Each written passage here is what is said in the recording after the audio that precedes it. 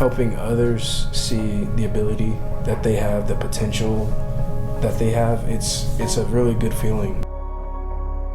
Excel is the longest running Sources of Strength program. We do a lot of good work here, and I've seen lives change, and I'm happy to say that I'm a part of it. I think Sources of Strength really brings us together as a community because sure, we are a small school, but we felt more like a family.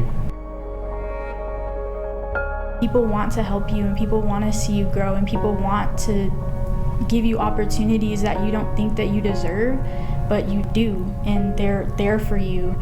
And so when I got here, Miss Jensen and Miss Roybal and Allie definitely helped me feel like I belonged here.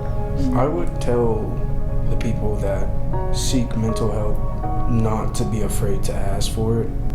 You have to confront your feelings one way or another.